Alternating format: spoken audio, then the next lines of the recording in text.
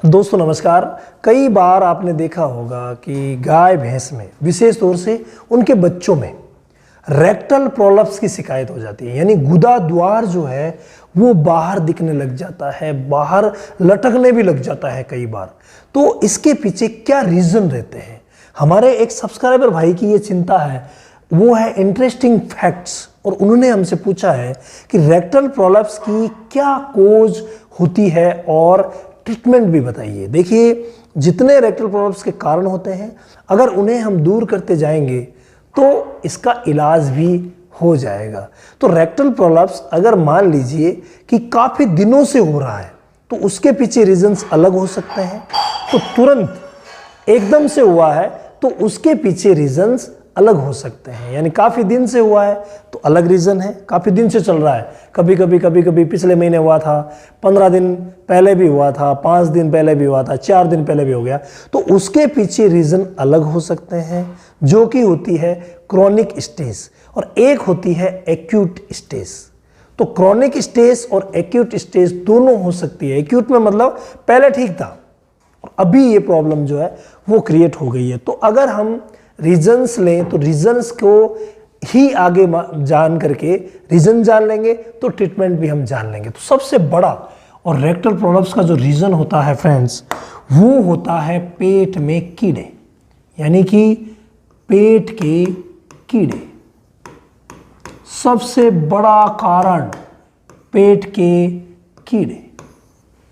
अगर पेट में कीड़े हैं तो वो क्या करते हैं, वो अंदर सूजन पैदा कर सकते हैं, कई प्रकार के इन्फेक्शंस अंदर कर देते हैं, विटामिन और मिनरल्स की कमी भी वही कर देते हैं, कब्ज, कभी दस्त, कभी ऐसे करवाते हैं। तो इसकी वजह से प्रॉब्लम हो सकती है रेक्टल प्रोलप्स की। तो दूसरा जो सबसे बड़ा कारण है वो इन्हीं से रिलेटेड आया है, वो है विटामिन व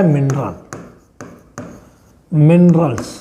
मान लीजिए विटामिन और मिनरल्स की अगर कमी है तो उस कंडीशन में भी यही होगा। तो पेट के कीड़ों की वजह से है तो पहले हम डिवॉर्मिंग करवा देंगे तो पेट के कीड़े मर जाएंगे। सेकंड, विटामिन और मिनरल्स की कमी की वजह से है तो हम क्या करेंगे, विटामिन और मिनरल्स दे देंगे। कई प्रकार के मल्टीविटामिन आते हैं, कई प्रकार के मल्टीविटामिन इंजेक्शन आते हैं, तो कई प्रकार के मल्टीविटामिन जो है वो पाउडर मिलते हैं, तो वो कोई सा भी हम ला करके दे देंगे तो आराम से विटामिन और मिनरल्स की कमी को दूर किया जा सकता है और रेक्टल प्रोलप्स को ठीक किया जा सकता है। तो ये भी कारण है। इसके अलावा तीसरा जो कारण होता है वो होता है फ्रेंड्स कब्ज का। मान लीजिए कोई सी भी कब्ज हुई है, वो कब्ज यूरिन की हो सकती है, यानी पेशाब की कब्ज हो सकती है, तो वो कब्ज जो है वो गोबर की भी हो सकती है। तो चाहे गोबर की कब्ज है चाहे पेशाब की कब्ज है, दोनों ही कंडीशन में रेक्टल प्रोलप्स होने की संभावना जो है वो रहती है। ये बहुत बड़े 3 रीज़न थे जो मैंने आपको इस वीडियो में बताए हैं। इसके पीछे वैसे तो बहुत से रीज़न होते हैं, कई प्रकार की बीमारियां होती है।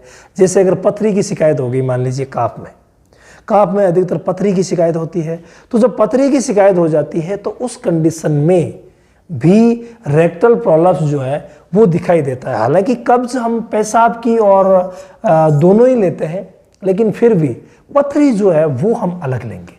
यानी अगर पथरी की शिकायत हो गई है, पथरी मतलब समझ सकते हैं पेशाब के मार्ग में स्टोन जो होती है उसकी वजह से भी कैल्कुलाई हो सकती है। तो कुछ बड़े कारण मैंने इस वीडियो में लिए हैं, कभी फुर्सत में और वीडियो बनाएंगे तो और भी इन कारणों को हम डिटेल में लेंगे।